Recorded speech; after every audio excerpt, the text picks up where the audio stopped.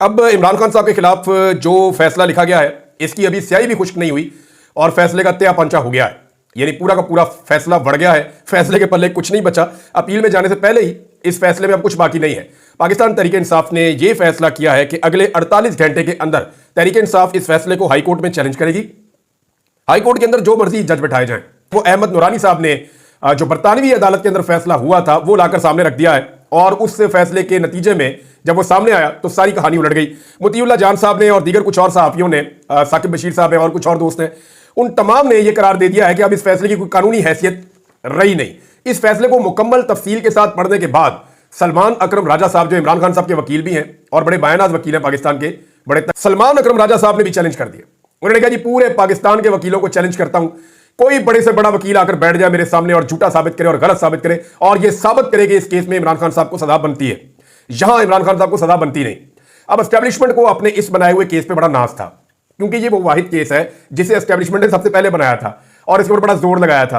Establishment के अंदर बैठे हुए 2-4 दिमागों को ऐसे लगता था कि उन्होंने बड़ा कारनामा किया है, बड़ा जबरदस्त काम किया है और बड़ा जबरदस्त कोई केस पकड़ा उन्होंने। और काजी फायद ईसा साहब ने जो 2 नंबरी की, आज वो एक मरतबा फिर बेनकाब हो गई। यानी आप पाकिस्तान में गुज़िश्ता 2 साल के अंदर जो जुल्म हुआ, जबर हुआ, नाइंसाफी हुई, बेईमानी हुई, फ्रॉड हुआ, इमरान खान को जितना विक्टिमाइज किया गया, आप 2 साल के रिकॉर्ड में जो चीज निकालेंगे उसके अंदर से आपको काजी फायद ईसा की शक्ल आपको नजर आएगी। आपको पता चलेगा कि बुग़्ज़ और अनाज से भरा हुआ ये शख्स हर चीज के लिए जिम्मेदार है। तो काजी फायद ईसा को आपने भूलना नहीं है, काजी फायद ईसा इसके अंदर भी शामिल थे। अब जनाब कहानी क्या है? कहानी यह है, इसको और सिंपल कर देते हैं। मैं कानून की लैंग्वेज में नहीं जाता, आम आदमी को समझ नहीं आती, मैं आपको और सिंप्लीफाई करता हूं क्योंकि मुतीउल्लाह जान ने तो फैसला पढ़ के सुनाया। जब बरतानिया की नेशनल क्राइम एजेंसी इस पैसे को फ्रीज करती है तो मलिक रियाज जो फैमिली है उनका और बरतानिया की नेशनल क्राइम एजेंसी का आपस में एक मुआहदा होता है और इस मुआहदे में यह तय पाता है जो बात छुपाई गई है इस फैसले में।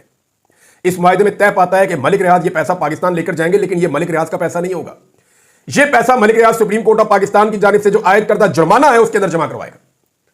यानी बरतानिया में यह बात मलिक रियाज और एनसीए के बीच में तय पा गई थी कि यह पैसा सुप्रीम कोर्ट ऑफ पाकिस्तान का जो जुर्माना है मलिक रियाज उसके अंदर ले जाकर पाकिस्तान में जमा करवाएंगे।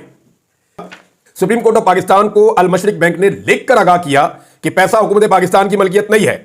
यह बरतानवी अदालत ने डी फ्रीज करने का हुक्म दिया है और काजी फायद ईसा ने जानबूझकर अल मशरिक बैंक का तस्करा किया, उनसे रिकॉर्ड मंगवाया, लेकिन उसके अंदर उनका तस्करा नहीं किया। रिकॉर्ड मंगवा लिया लेकिन रिकॉर्ड मंगवाने के बावजूद इसको रिकॉर्ड का हिस्सा नहीं बनाया, इसका तस्करा नहीं किया। बहरहाल अब ये सारी चीजें रिकॉर्ड के ऊपर मौजूद हैं और ये सारी चीजें मुसीबत बन जाएंगी आने वाले वक्त में इस केस को डिफेंड करने वाली नैब और उनकी प्रोसिक्यूशन टीम के लिए।